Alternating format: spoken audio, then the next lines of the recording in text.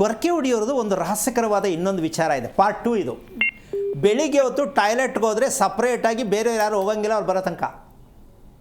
ಈ ಗೊರಕೆ ಹೊಡೆಯೋರು ಹಣೆ ಬರ, ರಾತ್ರಿ ಗೊರಕೆ ಹೊಡಿತಾರೆ, ಬೆಳಿಗ್ಗೆ ಟಾಯ್ಲೆಟ್ ಅವರೇ ಬುಕ್ ಮಾಡ್ಕೊಂಡ್ಬಿಡ್ತಾರೆ, ಬೇರೆ ಹೋಗಂಗಿಲ್ಲ. ಅಂದರೆ ಅರ್ಥ ಮಾಡ್ಕೋಬೇಕು ಎಷ್ಟು ಚೆನ್ನಾಗಿರುತ್ತೆ ವಿಸರ್ಜನೆ ಕ್ರಿಯೆ. ಪೂರ್ವಾಷಾಢ ನಕ್ಷತ್ರಕ್ಕೆ ಯಾವ ಪುರುಷಾರ್ಥಕ್ಕೆ ಮದುವೆ ಬೇಕು, ಹುಡುಗಿ ಓಡೋಗ್ಬಿಡ್ತಾಳೆ ಗೊರಕೆ ಕೇಳ್ಬಿಟ್ಟು, ಅಯ್ಯೋಯ್ಯೋ ಈ ಥರ ಹೆಂಗೆ ಅಂತ. ಅವಳು ನಿದ್ದೆ ಮಾಡೋಂಗಿಲ್ಲ, ಮದುವೆ ಯಾಕಮ್ಮ ಇವ್ರಿಗೆ, ಹೀಗೆ ಈ ಥರ ಹೇಳಿದ್ರೆ ಎಷ್ಟು ಜನಕ್ಕೆ ಹುಚ್ಚು ಬೆಪ್ಪು ಇಟ್ಕೋಬೋದು ಅಂತ ಹೇಳ್ಬೋದು. ಅಯ್ಯೋ ದೇವರೇ ಏನು ಒಂದೇ ಸಲ ಫೈನಲೇ ಮಾಡಿಬಿಡ್ತಾರಲ್ಲ ಅಂದರೆ, ಮಕ್ಕಳಿಗೆ ಬೇಜವಾಬ್ದಾರಿತನಿಂದ ಬೆಳೆಸೋ ತಂದೆ ತಾಯಿಗಳಿಗೆ ನಿಮ್ಗೆ ಸಿಗುವಂಥ ಕೊನೆಯ ಸರ್ಟಿಫಿಕೇಟ್ ಇದು. ಯಾವ ಪುರುಷಾರ್ಥಕ್ಕೆ ಮಕ್ಕಳು ಬೆಳೆಸ್ತಿರ್ರಿ, ಯಾವ ಪುರುಷಾರ್ಥಕ್ಕೆ ಮಕ್ಕಳು ಓದಿಸ್ತೀರಾ, ಯಾವ ಪುರುಷಾರ್ಥಕ್ಕೆ ಮದುವೆ ಅಂತ ಹೇಳ್ತೀರಾ ಮಕ್ಕಳಿಗೆ. ಅಡ್ಡದಾರಿ ಇಡಿಸಿ ಆರೋಗ್ಯವನ್ನು ಹಾಳು ಮಾಡಿ ಅದಕ್ಕೊಂದು ಮದುವೆ ಅಂತ ಮಾಡಿ ಜೀವನದಲ್ಲಿ ಪ್ರಪಂಚಕ್ಕೆ ಒಂದು ದೊಡ್ಡ ಕೊಡುಗೆ ಅಂದರೆ ಏನು ಅಂದರೆ ಜೀವನ ಎಲ್ಲ ಅನುಭವಿಸುವಂಥದ್ದು ಕೊಡ್ತಕ್ಕಂಥ ಮಕ್ಕಳು ಕೊಡ್ತಕ್ಕಂಥ ತಂದೆ ತಾಯಿಗಳು ನಮ್ಮ ಭಾರತ ದೇಶದಲ್ಲಿ ಎಷ್ಟು ಕೋಟಿ ಜನ ಇದ್ದಾರೆ ಅಂತ ಯೋಚನೆ ಮಾಡ್ತಾಯಿದ್ದೀನಿ. ಏನು ಅರ್ಥ ಇದೆ ಇದರಲ್ಲಿ? ನಿಮ್ಮ ಮಗನ ಆರೋಗ್ಯನೇ ಚೆನ್ನಾಗಿರೋ ಯಾಕೆ ಮದುವೆ ಮಾಡ್ತೀರಾ? ಮದುವೆ ಮಾಡೋರು ದಾಂಪತ್ಯ ಉಳಿಯುತ್ತೆ ಅಂದ್ಕೊಂಡ್ರಾ? ಅಪ್ರಾಣೇ ಇಲ್ಲ. ಏನು ಅರ್ಥ ಇದೆ ಇದರಲ್ಲಿ? ಶಾಸ್ತ್ರ ಹೇಳೋದನ್ನು ರಿಪೇರಿ ಮಾಡ್ತಾರಾ? ಡಾಕ್ಟ್ರು ರಿಪೇರಿ ಮಾಡ್ತಾರಾ? ನೀವು ರಿಪೇರಿ ಮಾಡ್ತೀರಾ? ಪ್ರಪಂಚದಲ್ಲಿ ಇದಕ್ಕೆ ಯಾರು ಕೊಡೋರು, ಮೆಡಿಸಿನ್ ಕೊಡೋರು ಇದ್ದಾರಾ? ಇದ್ರ ಸತ್ಯ ಏನು ಅಂತ ಹೇಳೋರು ಯಾರು ಹುಟ್ಟಿದಾರ ಇಲ್ಲಿವರೆಗೂ ಪ್ರಪಂಚದಲ್ಲಿ? ಯೋಚನೆ ಮಾಡಿ ಸ್ವಲ್ಪ. ಎಷ್ಟು ಸೋಮಾರಿತನದಲ್ಲಿ ಮಕ್ಕಳನ್ನ ಬೆಳೆಸ್ತೀವಿ, ಆಮೇಲೆ ಮದುವೆ ಸೆಟ್ ಆಗ್ತಾ ಇಲ್ಲ.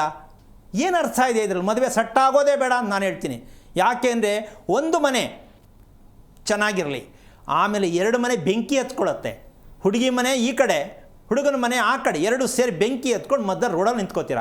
ಈ ಕರ್ಮ ಬೇಡ. ನಿಮ್ಮ ಹುಡುಗನಿಗೆ ಆರೋಗ್ಯವನ್ನು ಸರಿಪಡಿಸ್ತಕ್ಕಂತಹ ಪ್ರತಿ ತಂದೆ ತಾಯಿಗಳ ಕರ್ತವ್ಯವಾಗಿದೆ. ಇಲ್ಲ ಅಂದರೆ ತಂದೆ ತಾಯಿಗಳಿಗೆ ಸಾಯುವಾಗ ಸಾವು ಚೆನ್ನಾಗಿ ಬರಲ್ಲ, ಸಮೀಕ್ ಸಾವು ಬರಲ್ಲ, ನರಳಿ ಸಾಯಬೇಕಾಗತ್ತೆ. ಒಂದು ಒಳ್ಳೆಯ ಸಂತಾನವನ್ನು ಭೂಮಿಗೆ ಯಾವ ತಂದೆ ತಾಯಿ ಕೊಟ್ಟಿಲ್ವೋ ಅವರ ಜೀವನ ಪರ್ಯಂತ ಅವರಿಗೆ ನರಕವನ್ನು ಅನುಭವಿಸ್ಬೇಕಾಗತ್ತೆ. ನಿಮಗೆ ಬೇಜಾರಾಗ್ಬೋದು ಕೇಳಿಸ್ಕೊಳ್ಳೋರಿಗೆ, ಆದರೂ ತಿಳ್ಕೊಳ್ಳಿ, ಪ್ರತಿದಿನ ನರಕವನ್ನು ಅನುಭವಿಸೋ ಬದಲು ಮಕ್ಕಳಿಗೋಸ್ಕರವಾಗಿ ತಂದೆ ತಾಯಿ ಇಲ್ಲ ಅಂದಮೇಲೆ ಯಾವ ಪುರುಷಾರ್ಥಕ್ಕೆ ತಂದೆ ತಾಯಿ ಅಂತ ಹೇಳ್ಕೊಳಕ್ಕೆ ತಾನೇ ನಾಚಿಕೆ ಆಗಬೇಕಲ್ಲ? ಸ್ವಲ್ಪ ಯೋಚನೆ ಮಾಡಿ. ನಾವೇನು ಮಾಡೋಣ ಸ್ವಾಮಿ, ಎಲ್ಲ ಕಡೆ ತೋರಿಸಿ. ಏನು ತೋರಿಸ್ತೀರಾ? ಎಲ್ಲಿಗೆ ತೋರಿಸ್ತೀರಾ? ಯಾರ ಹತ್ರ ತೋರಿಸ್ತೀರಾ? ಯಾರು ರಿಪೇರಿ ಮಾಡೋರು ಯಾರು ಪ್ರಪಂಚದಲ್ಲಿ? ಎಲ್ಲಿದೆ ಇದಕ್ಕೆ ರಿಪೇರಿ?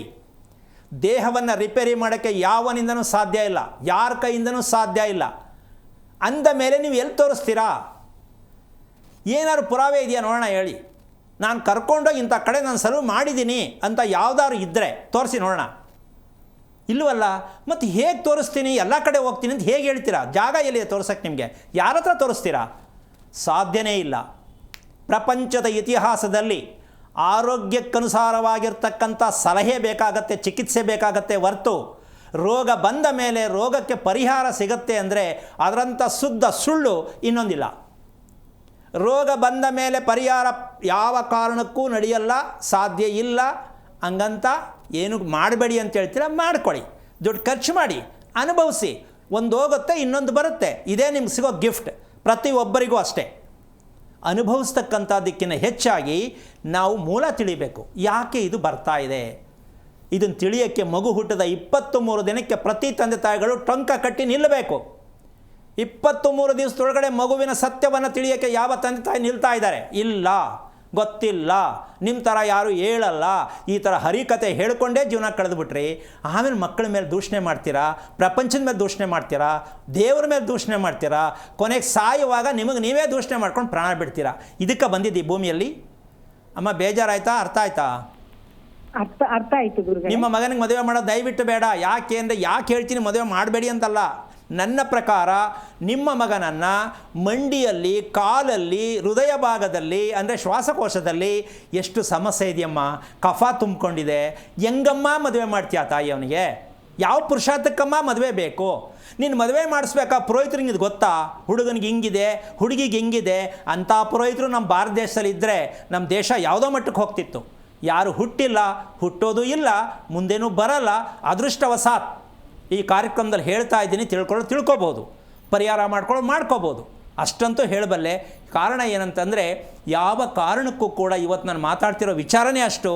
ಜೀವಂತ ಗ್ರಹಗಳನ್ನು ಗುರುತಿಸಿ ಹೇಳುವಂತಹ ಪುಣ್ಯಾತ್ಮ ಭಾರತ ದೇಶದಲ್ಲಿ ಯಾರು ಹುಟ್ಟಿದಾರಾ? ಇಲ್ಲ. ಎಲ್ಲವೂ ಬರೀ ಸುಳ್ಳು.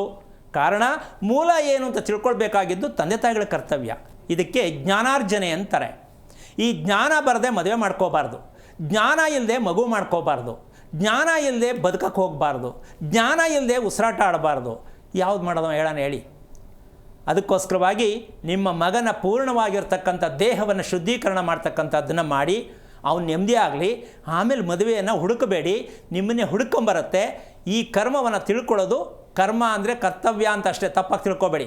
ತಿಳ್ಕೊಳ್ಳೋಕೆ ಪ್ರಯತ್ನ ಮಾಡಿ, ಒಳ್ಳೆಯದಾಗಲಿ. ಯೋಚನೆ ಮಾಡಬೇಡಿ, ಹೊರಗೆ ಬನ್ನಿ, ಪ್ರಪಂಚದಿಂದ ಹೊರಗೆ ಬನ್ನಿ, ಅಂದರೆ ಕೆಟ್ಟ ಪ್ರಪಂಚದಿಂದ ಹೊರಗೆ ಬನ್ನಿ, ಸ್ವರ್ಗವನ್ನು ಅನುಭವಿಸಿ, ನರಕ ಸಿಕ್ಕಾಕೋಬೇಡಿ. ಮಕ್ಕಳು ಹುಟ್ಟೋದೇ ಆ ಉದ್ದೇಶಕ್ಕೆ. ಅಪ್ಪ ಅಮ್ಮನ ಬಂಧನದಿಂದ ಬಿಡಿಸೋಣ ಅಂತ ಮಗು ಹುಟ್ಟತ್ತೆ. ಅಪ್ಪ ಅಮ್ಮ ಅವರು ಮಗುನೂ ಸಿಕ್ಕಿಸ್ಬಿಟ್ಟು ಅವರು ಸಿಕ್ಕಾಕೊಂಡಿರ್ತಾರೆ.